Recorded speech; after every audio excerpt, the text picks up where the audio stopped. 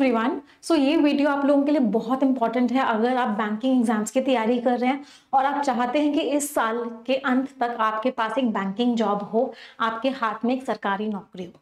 इस वीडियो को लास्ट तक जरूर देखिएगा और हो सके तो एक नोटबुक पेन लेके बैठिएगा, क्योंकि मैं आप लोगों को बहुत इंपॉर्टेंट चीजें इस वीडियो में बताने वाली हूँ। आपको क्या स्ट्रैटेजी फॉलो करनी है, क्या आपकी रणनीति होनी चाहिए अगर हमको एग्जाम्स क्लियर करने हैं। तो सबसे पहले एक बार देख लेते हैं कि क्या क्या एग्जाम्स हम एक्सपेक्ट कर रहे हैं, किस किस महीने में वो एग्जाम्स आएंगे और क्या क्या हमारी एक्सपेक्टेड वैकेंसीज हैं जो आएंगी। तो बेसिकली इस साल हम ये सारे के सारे एग्जाम्स टारगेट कर रहे हैं। अगर आप देखेंगे IBPS PO, IBPS clerk, SBI PO, SBI clerk, RBI assistant, LIC assistant, RRB PO, RRB clerk, तो ये मैंने बहुत बड़े बड़े एग्जाम्सों के नाम लिखे हैं। इसके अलावा और भी बहुत सारे एग्जाम्स होते हैं।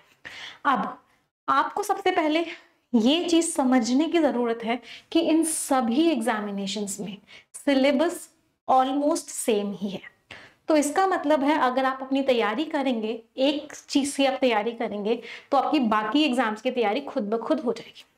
जैसा कि हमने हर साल देखा है, जो बच्चे जिनका एक एग्जाम निकलता है उनके 2, 3, 4, 5 एग्जाम्स भी निकलते हैं।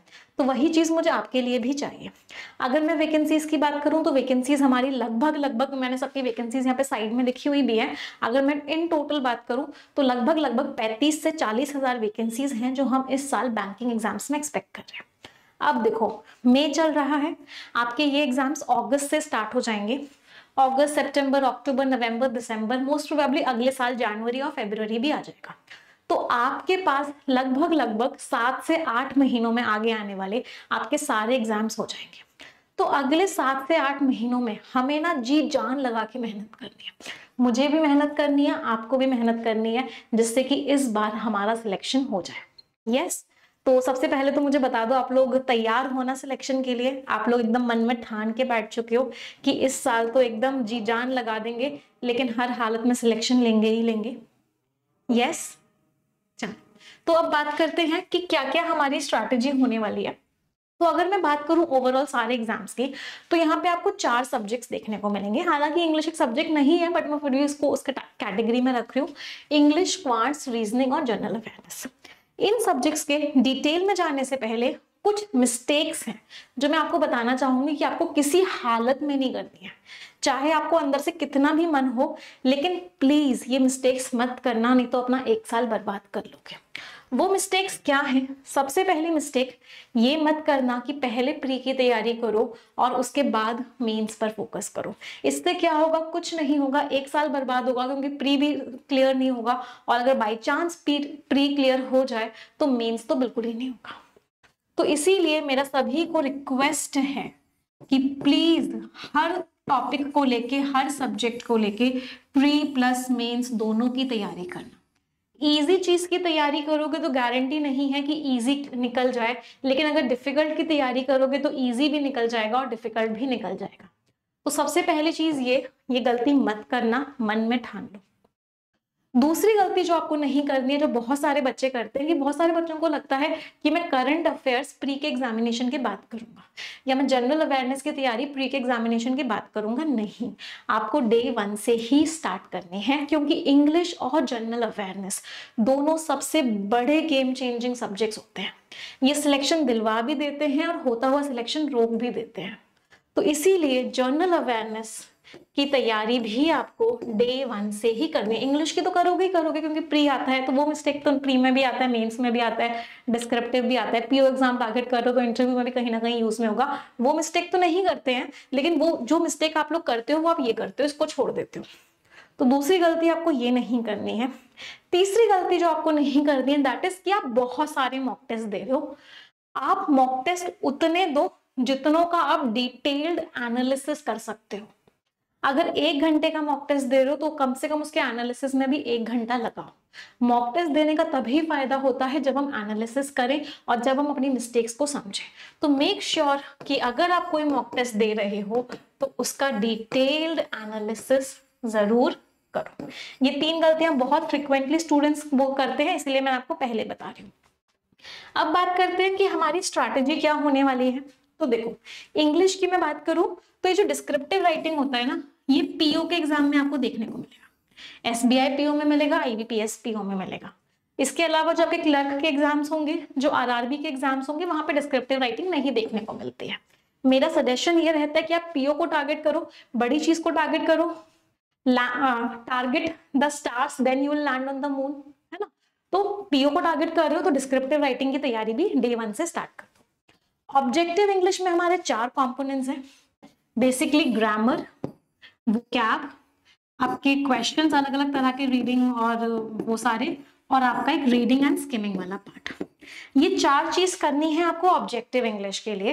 तो इन सब चीजों में क्या क्या करना है, ग्रामर के लिए 120 रूल्स ऑफ ग्रामर की वीडियो एक बार उसको देख लो और एक बार उसके हैंड रिटन नोट्स बना लो, अपने आप से कॉपी में लिखो वीडियो को देख देख के। इससे क्या होगा, ज्यादा याद होंगी वो वीडियो, वो जो रूल्स हैं वो सारे के सारे।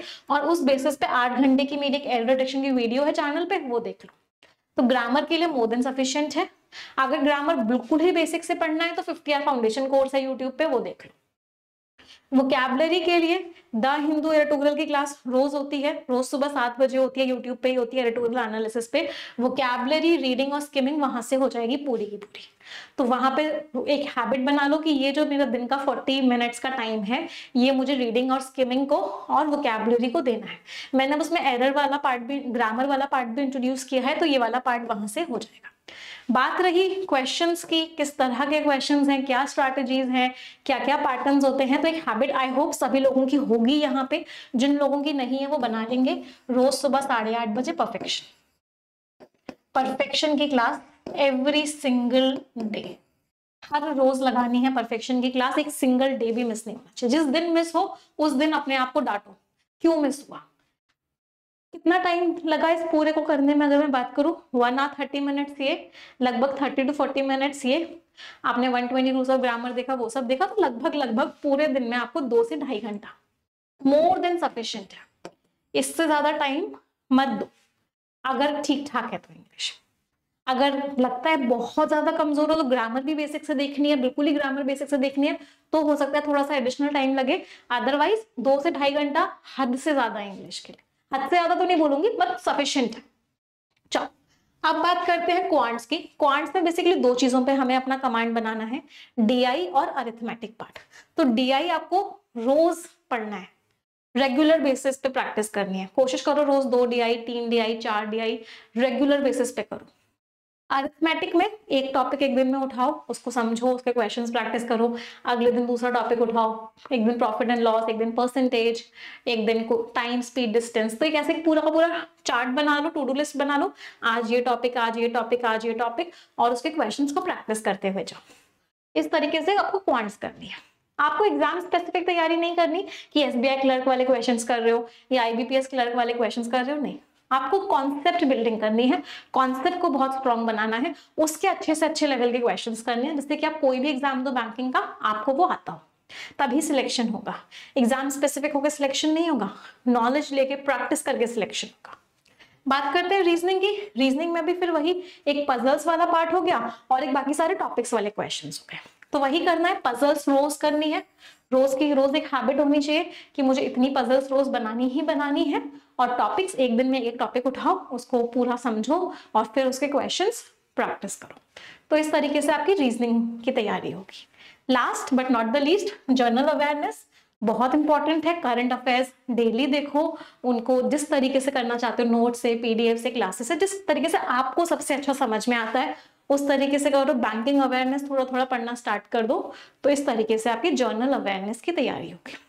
मॉक टेस्ट की बात करूं, कितने देने हैं, कैसे देने हैं, तो मॉक टेस्ट अगर बिगिनर हो तो अभी फर्स्ट मंथ तो मॉक टेस्ट मत दो। फर्स्ट मंथ तो चीजों को समझो, क्वेश्चंस प्रैक्टिस करो, वो सब करो, फिर उसके बाद से मॉक टेस्ट देना स्टार्ट करो। हाँ, अगर टाइम हो चुका है तो कोशिश करो वीक में कम से कम 1 या 2 मॉक टेस्ट तो दो ही दो, कंप्लीट मॉक टेस्ट दो, पूरा टाइमर लगा के दो, तो इससे आपको बहुत हेल्प मिलेगी।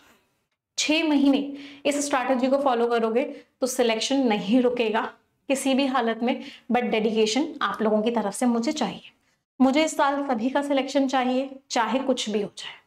तो क्या आप लोग मुझे सबसे पहले तो प्रॉमिस कर सकते हैं कि मैम हमारी तरफ से कोई कमी नहीं रहेगी इस बार मेहनत में? यस।